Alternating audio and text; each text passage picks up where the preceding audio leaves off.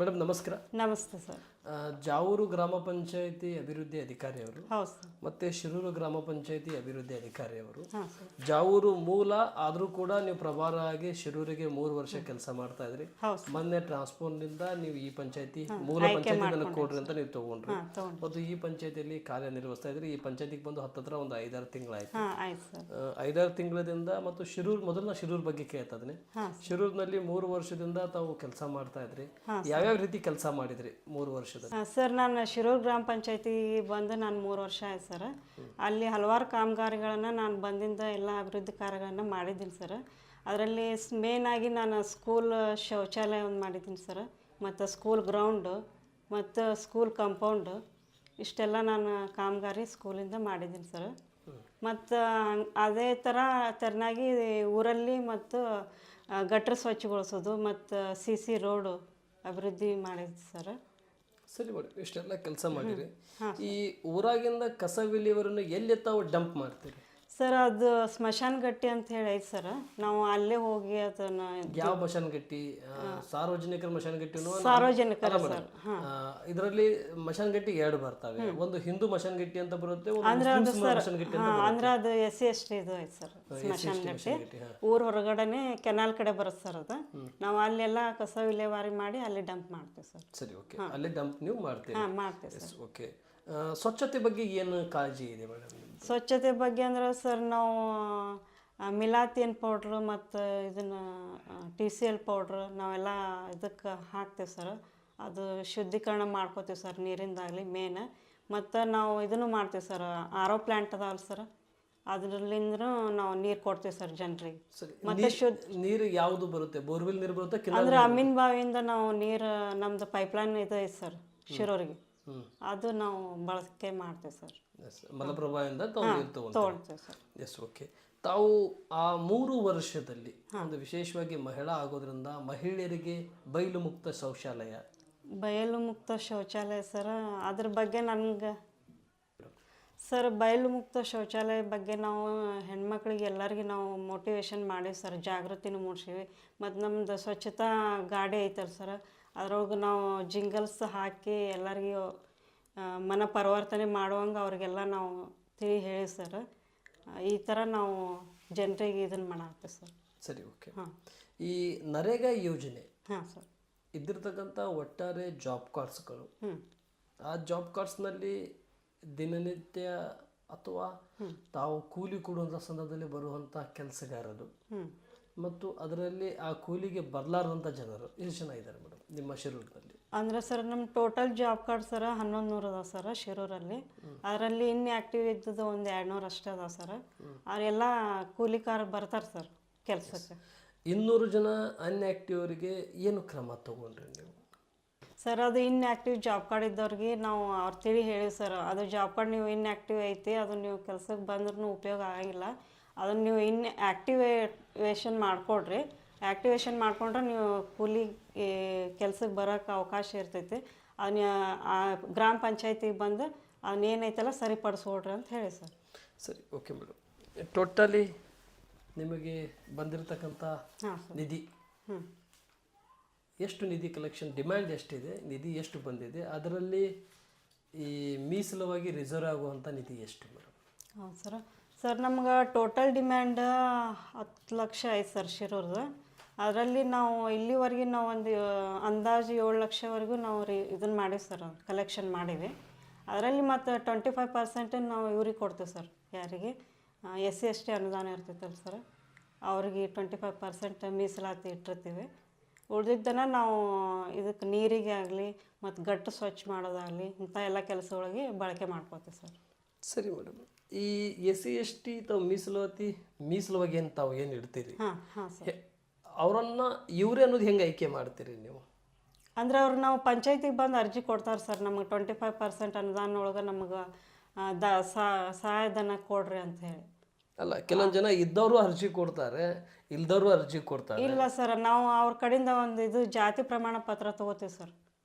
ಆ ಆಧಾರ ಮೇಲೆ ನಾವು ಅವ್ರಿಗೆ ಆಯ್ಕೆ ಮಾಡ್ತೀವಿ, ಕೊಡ್ತೀವಿ. ಸರಿ. ಲಾಸ್ಟ್ ಟೈಮ್ 15ನೇ ಹಣಕಾಸಿನಲ್ಲಿ ಹಾಂ ಸರ್. ಎಷ್ಟು ಸರ್ ಟೋಟಲ್ ಆಗಿ ನಮ್ಗೆ 15 ಹಣಕಾಸು ಒಳಗೆ 34 10,48,440 ರೂಪಾಯಿ ಬಂದಿದೆ ಸರ್ ಅನುದಾನ. ಅದರಲ್ಲಿ 30 ಲಕ್ಷವರೆಗೂ ನಾವು ಖರ್ಚು ಮಾಡಿದ್ದೀವಿ ಸರ್. ಮತ್ತು ಅದರಲ್ಲಿ ಏನು ಅನ್ಟೈಡ್ ಒಳಗೆ 30% ನೀರಿಗಾಗಿ ಮತ್ತು 30% ನೈರ್ಮಲ್ಯಕ್ಕಾಗಿಟ್ಟಿರ್ತೀವಿ ಸರ್. ಅವನ್ನೆಲ್ಲ ನಾವು ಕೆಲಸವನ್ನು ಮಾಡ್ಕೊಂಡಿವಿ ಸರ್. ಸರಿ, ಓಕೆ. ಈ ಶಿಕ್ಷಣ ವ್ಯವಸ್ಥೆ ಬಗ್ಗೆ ನಾವು ಮಾತನಾಡಲಿಕ್ಕೆ ಹೋಗ್ತಾ ಇದ್ದೀವಿ. ಹಾಂ ಸರ್.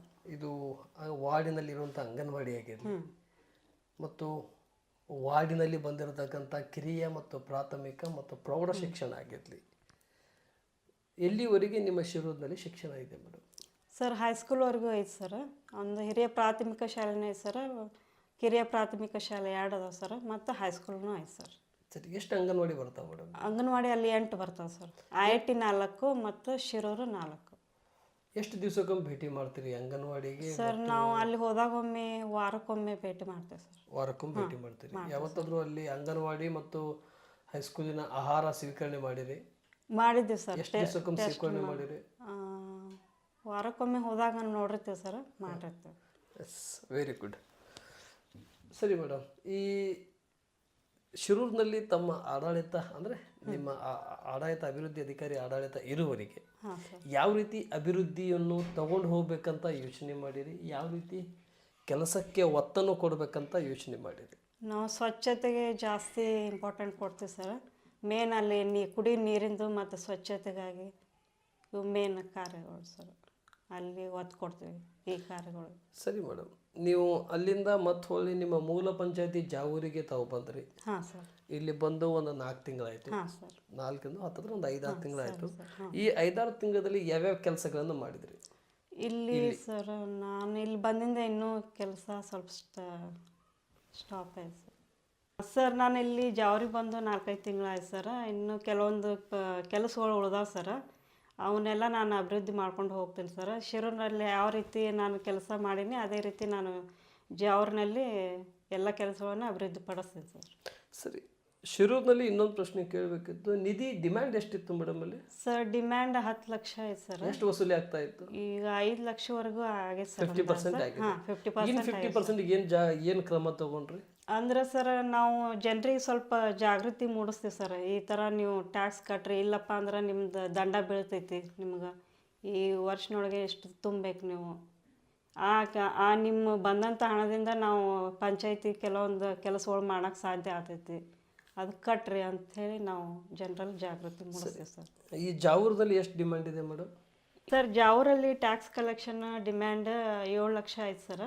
ಅದರಲ್ಲಿ ನಮ್ಮದು ವಸೂಲಿ ಆಗಿದ್ದು 6.5 ಲಕ್ಷವರೆಗೂ ಆಗಿದೆ ಸರ್. ಅಷ್ಟೇ. ಸರಿ ಮೇಡಮ್, ಇಲ್ಲಿ ಸ್ವಚ್ಛತೆ ಬಗ್ಗೆ, ಇಲ್ಲಿ ಕಸ ವಿಲೇವಾರಿ ಡಂಪ್ ಮಾಡೋದ್ರ ಬಗ್ಗೆ, ಆರೋಗ್ಯದ ಬಗ್ಗೆ, ಶಿಕ್ಷಣ ಬಗ್ಗೆ, ಪ್ರಾಥಮಿಕ ಆರೋಗ್ಯ ಕೇಂದ್ರಕ್ಕೆ ತಮ್ಮ ಕಾಳಜಿ ಹೇಗಿದೆ ಮೇಡಮ್? ಏನಿಲ್ಲ ಸರ್. ಇಲ್ಲಿ ಕಸ ವಿಲೇವಾರಿ ಘಟಕ ಅದ ಸರ್. ಆ ಕಸ ವಿಲೇವಾರಿ ಪ್ರತಿ ಮನೆಗೂ 2 ಲೇಬರ್ ಹಚ್ಚಿ ಕಳಿಸ್ತೀವಿ ಸರ್. ಅವ್ರು ಪ್ರತಿ ಮನೆಯಿಂದ ಕಲೆಕ್ಷನ್ ಮಾಡ್ತಾರೆ ಸರ್. ಇದನ್ನು ಕಸನ ಅನ್ವಯ್ದು ನಾವು ಹಳ್ಳದ ಕಡೆ ಅಲ್ಲಿ ಮೇಲ್ಗಡೆ ಇದು ಐತೆ ಸರ್, ಅಲ್ಲಿ ಡಂಪ್ ಮಾಡ್ತೀವಿ ಸರ್. ಮತ್ತು ಶಿಕ್ಷಣಕ್ಕಾಗಿ ಇಲ್ಲೊಂದು ಸರ್ಕಾರಿ ಸ್ಕೂಲ್ ಐತೆ ಸರ್, ಮತ್ತು ಅಷ್ಟೇ. ಅಲ್ಲೊಂದು ಬಳ್ಳೂರೊಳಗೆ ಹೈಸ್ಕೂಲ್ ಐತೆ ರೀ. ಎಷ್ಟು ದಿವಸಕ್ಕೊಮ್ಮೆ ಭೇಟಿ ಮಾಡ್ತೀರಿ ಅಲ್ಲಿನೂ ಕೂಡ? ಅಲ್ಲಿ ವಾರಕ್ಕೊಮ್ಮೆ ಹೋಗ್ತೇನೆ ಸರ್. ಅಂಗನವಾಡಿಗೆ? ಹಾಂ, ಅಲ್ಲಿನೂ ಹೋಗ್ತೀವಿ. ಸರಿ, ಓಕೆ. ಅಂಗನವಾಡಿಯಲ್ಲಿ ಕೊಡುವಂಥ ಆಹಾರ ಸ್ವೀಕರಣೆ ಮಾಡ್ತೀರಿ? ಹಾಂ, ಮಾಡ್ತೀವಿ. ಹೆಂಗಿದೆ ಮೇಡಮ್ ಆಹಾರ ಇಲ್ಲಿ? ಇಲ್ಲ, ಸ್ವಚ್ಛವಾಗಿ ಇರ್ತದೆ ಸರ್. ಜಾವೂರಿನ ಅಂಗನವಾಡಿ ಆಹಾರಕ್ಕೂ ಶಿರೂರಿನ ಅಂಗನವಾಡಿ ಆಹಾರಕ್ಕೂ ಏನು ವ್ಯತ್ಯಾಸ ಇದೆ? ವ್ಯತ್ಯಾಸ ಏನಿಲ್ಲ ಸರ್. ಇಲ್ಲಿನೂ ಅದೇ ರೀತಿನೇ ಮಾಡ್ತಾರೆ ಸರ್, ಮಾಡ್ಕೊಂಡು ಹೋಗ್ತಾರೆ. S, okay. ಇಂಟಿಮೇಷನ್ ಏನು ಮಾಡಂಗಿಲ್ಲ ಸರ್. ನಾವು ಹೋದಾಗೊಮ್ಮೆ ಅಲ್ಲಿ ಇದನ್ನ ಮಾಡೇ ಬರ್ತೀವಿ ಸರ್, ಅಚಾನಕ್ ಭೇಟಿ ಕೊಟ್ಟೆ ಬರ್ತೀವಿ ಸರ್. ಅಚಾನಕ್ ಭೇಟಿ ಮಾಡ್ತೀರಿ? ಸರಿ, ಓಕೆ. ಇಲ್ಲಿ 2 ಪಂಚಾಯತಿಯಿಂದ ಆಡಳಿತ ಕಮಿಟಿಯನ್ನು ಕೆಳಗಿಳಿಬೇಕಾದ್ರೆ ಗ್ರಾಮ ಸಭೆಯಲ್ಲಿ ಆಗಿರಲಿ, ವಾರ್ಡ್ ಸಭೆಯಲ್ಲಿ ಆಗಿರಲಿ ಆಗಿರ್ತಕ್ಕಂಥ ಅಭಿವೃದ್ಧಿ ವಿಷಯಗಳ ಬಗ್ಗೆ, ಮಂಡನೆ ಆಗಿರ್ತಕ್ಕಂಥ ಯೋಜನೆಗಳ ಬಗ್ಗೆ, ಯಾವ್ಯಾವ ಯೋಜನೆಗಳನ್ನು ಆ ಕೆಲಸ ಯಾವ ರೀತಿ ಮುಂದೆ ಒರೆಸ್ಕೊಂಡು ಹೊಂಟ್ರಿ ಸರ್? ಇವಾಗ 15 ಹಣಕಾಸು ಕ್ರಿಯಾಯೋಜನೆ ಮಾಡಿ ಹೋಗಿದ್ದಾರೆ ಸರ್ ನಮ್ಮ ಮೆಂಬರ್ಸ್. ಈಗ ಅದು 25 ಲಕ್ಷವರೆಗೂ ಐತೆ ಸರ್.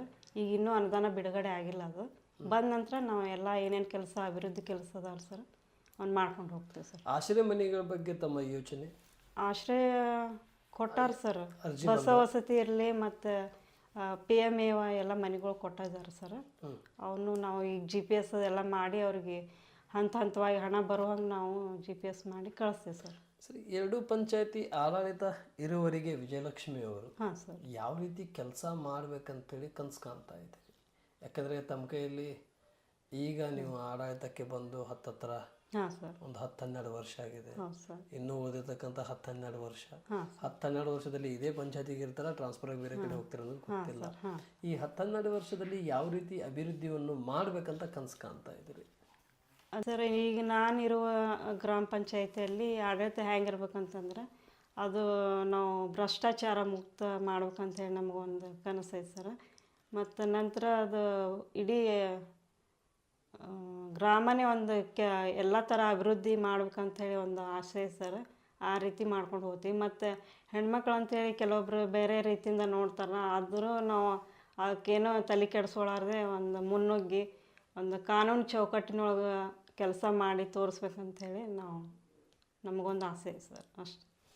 ಎಸ್ ಮೇಡಮ್, ಈ ರೀತಿ ಕೆಲಸ ಮಾಡಬೇಕಂತ ಯೋಚನೆ ಮಾಡ್ತಾ ಇದ್ದೀವಿ. ಹಾಂ. ಥ್ಯಾಂಕ್ ಯು, ತುಂಬ ಧನ್ಯವಾದಗಳು ವಿಜಯಲಕ್ಷ್ಮಿ ಮೇಡಮ್ ಅವರು. ಎಷ್ಟೊತ್ತಿನವರೆಗೆ thank you sir. Bharat Times media networking ತಂಡದ ಗ್ರೌಂಡ್ ರಿಪೋರ್ಟ್ನಲ್ಲಿ ಅಭಿವೃದ್ಧಿ ವಿಷಯಗಳ ಬಗ್ಗೆ ನಡೆದಿರೋದ ಗ್ರೌಂಡ್ ರಿಪೋರ್ಟ್ನಲ್ಲಿ ನಿಮ್ಮ ಸಮಯವನ್ನು ನಮ್ಮ ಜೊತೆ ಹಂಚಿಕೊಂಡಿದ್ದಕ್ಕೆ, ಪ್ರತಿಯೊಂದು ಅಭಿವೃದ್ಧಿ ವಿಷಯಗಳ ಬಗ್ಗೆ ಎಳೆ ಎಳೆಯಾಗಿ ತಿಳಿಸಿಕೊಟ್ಟಿದ್ದಕ್ಕೆ ತುಂಬ ಧನ್ಯವಾದಗಳು. ನಮಸ್ತೆ. ನಮಸ್ತೆ.